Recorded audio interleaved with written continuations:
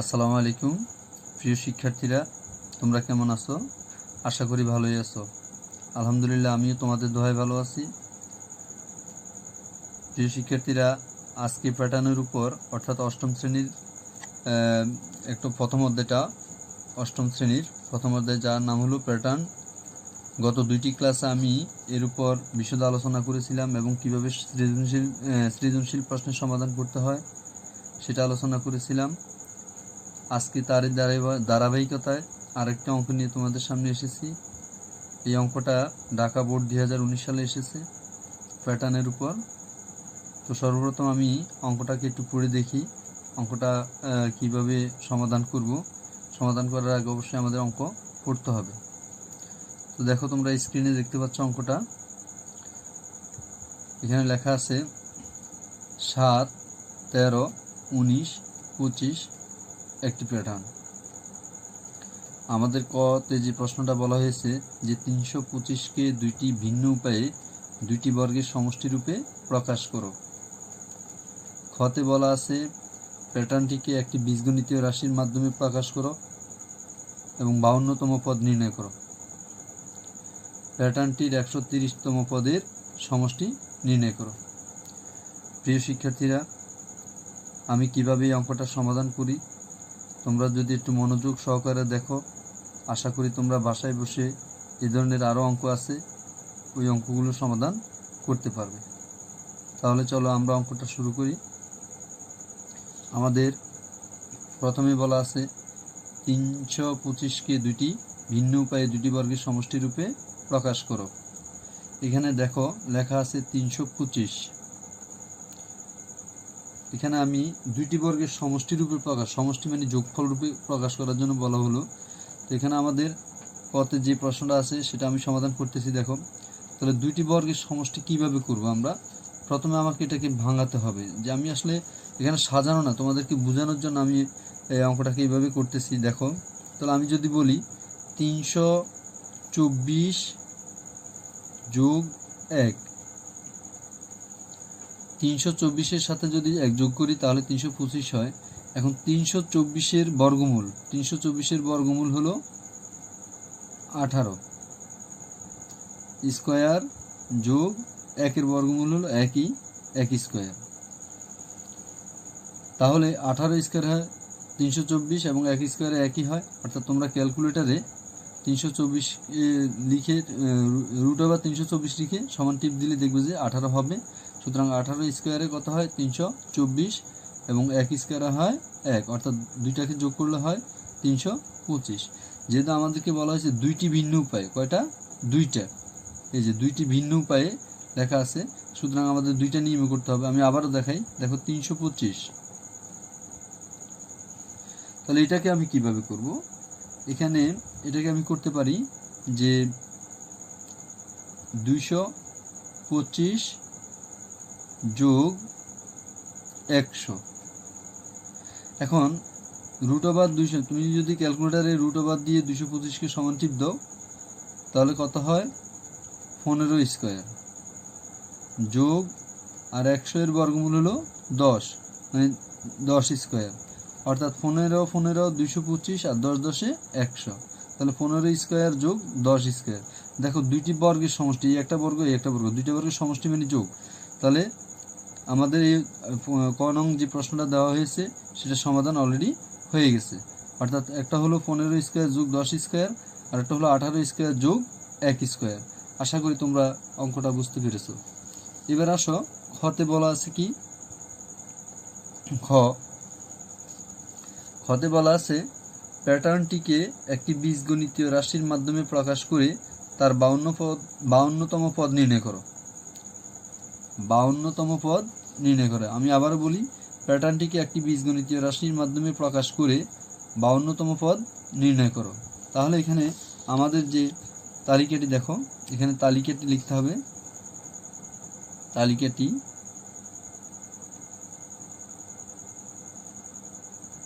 তালিকাটি কত দেওয়া আছে? 7, 13, 19 এবং 25।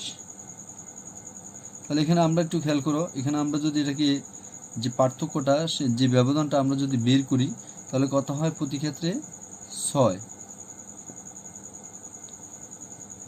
তাহলে লিখতে পারি এখানে প্রতি ক্ষেত্রে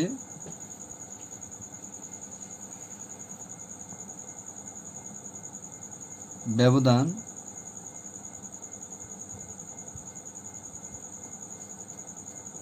ছয়, অর্থাৎ প্রতি ক্ষেত্রে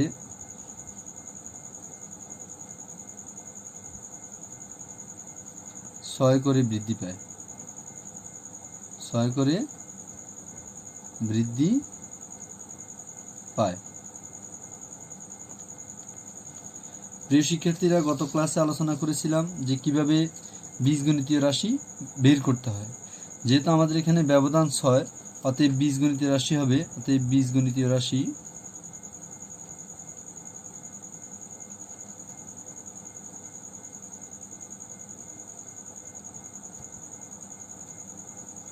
গত ক্লাসে আমি আলোচনা করেছিলাম আমাদের ব্যবধান যত হবে ততর সাথে একটা ক লাগিয়ে দিব, অর্থাৎ 6 ক। ব্যবধান যত আমার ততর সাথে একটা ক লাগাতে হবে, অর্থাৎ 6 ক। তখন আমাদের এই প্রথম সংখ্যাটা দিকে তাকাতে হবে যে আমাদের প্রথম সংখ্যাটা কত, 7, কিন্তু আমি প্রথমে লিখছি কত, 6। ব্যবধান যত হইল 6, তাহলে এই 6কে 7 বানাতে গেলে আমার আরো কত দরকার হয়, 1। সুতরাং আমার বীজগণিতীয় রাশিটা পেয়ে গেলাম 6 ক যোগ 1। এখানে আমাদের বলছে যে আমাদের বীজগণিতীয় রাশি বের করে বা প্রকাশ করে 52তম পদ নির্ণয় করো। তাহলে আমি এখন কি করব, 52তম পদ নির্ণয় করব। অতএব 52তম পদ, আমি আবার সূত্রটা লিখতেছি, দেখো 6 ক যোগ 1, তাহলে 6 ইন্টু এই ক এর মানটা হলো ঠিক যততম পদ বের করার জন্য বলবে তত হবে ক এর মান, অর্থাৎ 52 যোগ 1। এখন আমি যদি এই প্রথমে আমাকে কি করতে হবে, 6 এর সাথে 52 গুণ দিতে হবে। তাহলে 6 দুগুণে 12, 12 2 হাত আছে 1, 5 6 30, 30 এর 1 31, অর্থাৎ 312 যোগ 1। তাহলে 312 এর সাথে যদি আমি যোগ 1 দিই তাহলে হয় কত, 313। প্রিয় শিক্ষার্থীরা, তাহলে আমাদের প্রশ্ন আলোকে এখানে বলছে যে 52তম পদ কত, অর্থাৎ নির্ণয় করো। তাহলে আমি এখানে 52তম পদ পেয়ে গেলাম কত, 313। প্রিয় শিক্ষার্থীরা, আশা করি তোমরা এই কিভাবে ক্ষয়ের সমাধানটা করলাম তোমরা বুঝতে পেরেছ। এবার আসো আমাদের গতে কি বলা আছে একটু খেয়াল করো। আমাদের গতে বলা আছে প্যাটার্নটির 130তম পদের সমষ্টি নির্ণয় করো। তাহলে আমি এখন সমাধান, যে প্যাটার্নটির 130তম পদ, এখানে এটা মনে রাখতে হবে 130তম পদ আগে বের করতে হবে, তারপরে গিয়ে আমাদের এটা সমষ্টি নির্ণয় করতে হবে। এবার আসো আমি আবার তালিকাটা উঠাই। গ, তালিকাটি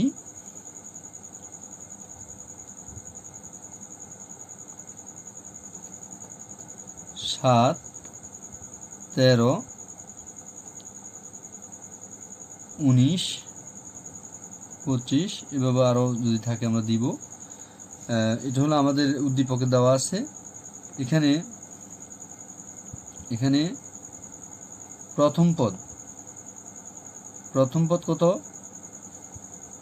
7, এটা আমরা লিখে নিলাম। এবার লিখতে হবে যে খ হতে প্রাপ্ত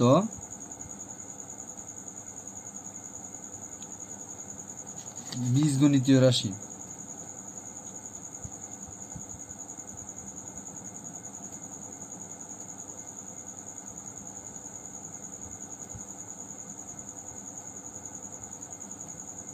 বীজগণিতীয় রাশি কত পেলাম তোমাদের মনে আছে নিশ্চয়ই, 6 ক যোগ 1, এটা আমরা খতে পেলাম। এবার আমরা করতে হবে, যেহেতু 130তম পদের সমষ্টি বের করতে বলা হয়েছে, আমাদের 130তম পদ বের করতে হবে। অতএব 130তম পদ 130তম পদ লিখতে হবে। আমি আবার সূত্রটা দেখাই, 6 ক যোগ 1, তাহলে 6 গুণ 130 যোগ 1, তাহলে এখানে 6 শূন্যের 0, 3 6 18, হাত আছে 1, 6 একে 6, 6 এর একে 7, 780 যোগ 1, তাহলে হয় কত? 781। প্রিয় শিক্ষার্থীরা দেখো, আমাদের এখানে 130তম পদ বের হয়ে গেল 781। এবার আমাকে করতে হবে কি, 130তম পদের সমষ্টি বের করতে হবে। অতএব 130তম পদের সমষ্টি 130তম পদের সমষ্টি আমরা গত ক্লাসে সমষ্টি সূত্রটা লিখে দিলাম, যে প্রথম পদ যোগ শেষ পদ। শেষ পদ বলতে এখানে 130তম পদ বাই 2 ইন্টু পদ সংখ্যা।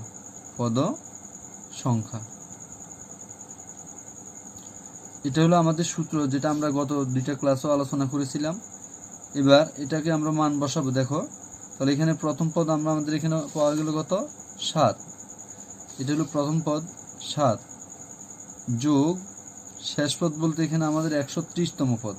এটাই হলো শেষ পদ, শেষতম পদ 130তম পদের মান হলো 781 বাই 2 ইন্টু পদ সংখ্যা টোটাল 130। প্রিয় শিক্ষার্থীরা, এবার দেখো আমরা এটাকে কি করব, 781 সাথে যদি আমরা 7 যোগ দিই 788। এটার সাথে গুণ হবে, গুণের বেলা সবসময় লবের সাথে গুণ হয়, অর্থাৎ এটার সাথে গুণ হবে 130 বাই 2। তাহলে আমরা যদি এটাকে ভাগ দিয়ে দেই, এই 2 দ্বারা যদি 130কে ভাগ দিই তাহলে পাই কত? 65। তাহলে অর্থাৎ আমাদের এখানে 788 সাথে গুণ হবে 65, তাহলে গুণ দিলে হয় কত? 51200। এটা আমরা ক্যালকুলেটারে দেখে নিব, 51220, 51220। এটাই হলো আমাদের 130তম পদের সমষ্টি। প্রিয় শিক্ষার্থীরা, আশা করি আজকের যে সৃজনশীল প্রশ্নটা আলোচনা করেছি, এই সৃজনশীল প্রশ্নটা তোমরা বুঝতে পেরেছ। এই ধরনের অঙ্ক তোমাদের রাজশাহী বোর্ড 19, তারপরে যশোর বোর্ড, কুমিল্লা বোর্ড, এই ধরনের অঙ্কে আসছে। তোমরা যদি বাসায় বসে একটু প্র্যাকটিস করো বা সূত্রগুলো মুখস্থ করো, আমি গত 2টি ক্লাসে যেগুলো নিয়ে আলোচনা করেছি ওইগুলো যদি তোমরা আরও মনোযোগ দিয়ে দেখো, আমার মনে হয় না তোমাদের এই অধ্যায় নিয়ে কোনো সমস্যা থাকবে। আজকে যে সৃজনশীলটা আমি তোমাদের সামনে সমাধান করেছি, তোমরা যদি বাসায় বসে এই সৃজনশীলটাকে আরও কয়েকবার একটু অনুশীলন করো, আশা করি তোমরা অনেক বেশি লাভবান হবে, উপকৃত হবে। তো আমি তোমাদেরকে বাড়ির কাজ দিয়ে দিচ্ছি, যশোর বোর্ড 2019, তারপরে দিব তোমাদের রাজশাহী বোর্ড 2019। তোমরা যদি অঙ্কগুলো দেখো, আশা করি তোমরা বাসায় বসে নিজেরাই তার সমাধান করতে পারবে। তো আজকে এতটুকু পর্যন্তই। তোমরা ভালো থেকো, সুস্থ থেকো, আল্লাহ হাফেজ।